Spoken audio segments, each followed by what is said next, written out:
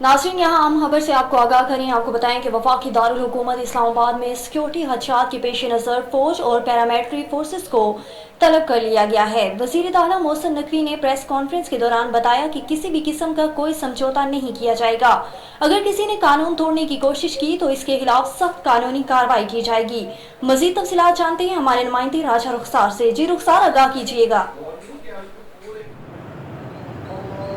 जी, मैं इस समय मौजूद हूँ वफाकी दारुल-हुकूमत इस्लामाबाद में। अब की ताज़ा अपडेट से आपको आगाह करता चलूँ तो इस्लामाबाद में जो है आइंदा आने वाले रोज़ के लिए फ़ौज और पैरामिलिट्री फोर्सेस जो है तलब कर ली गई हैं सिक्योरिटी के पेश नज़र। अगर आपको इसके हवाले से बताता चलूँ कि आखिर ये क्यों तलब की गई है तो इसके हवाले से तफसीलात ये हैं कि कल PTI ने पूरे मुल्क में जो है बल्कि डी चौक में एहतजाज की कॉल दी है। कहा जा रहा है कि 144 भी नाफिज है, मगर उसके बावजूद अगर PTI ये एहतजाज की कॉल जो है मुअख्खर नहीं करती तो उनके खिलाफ कानूनी कार्रवाई की जाएगी। अभी मोहसिन नकवी भी यही अपनी प्रेस कॉन्फ्रेंस के दौरान बता रहे थे कि किसी किस्म का कोई समझौता नहीं किया जाएगा। अगर किसी को नुकसान से बचना है तो कल के रोज़ जो है अपना एहतजाज, अपनी हड़ताल जो है वक़्फ़ कर ले। मगर PTI दूसरी जानब इस बात पर अटकी हुई है कि वो कल हर सूरत जो है डी चौक पहुँच के रहेगी। जी,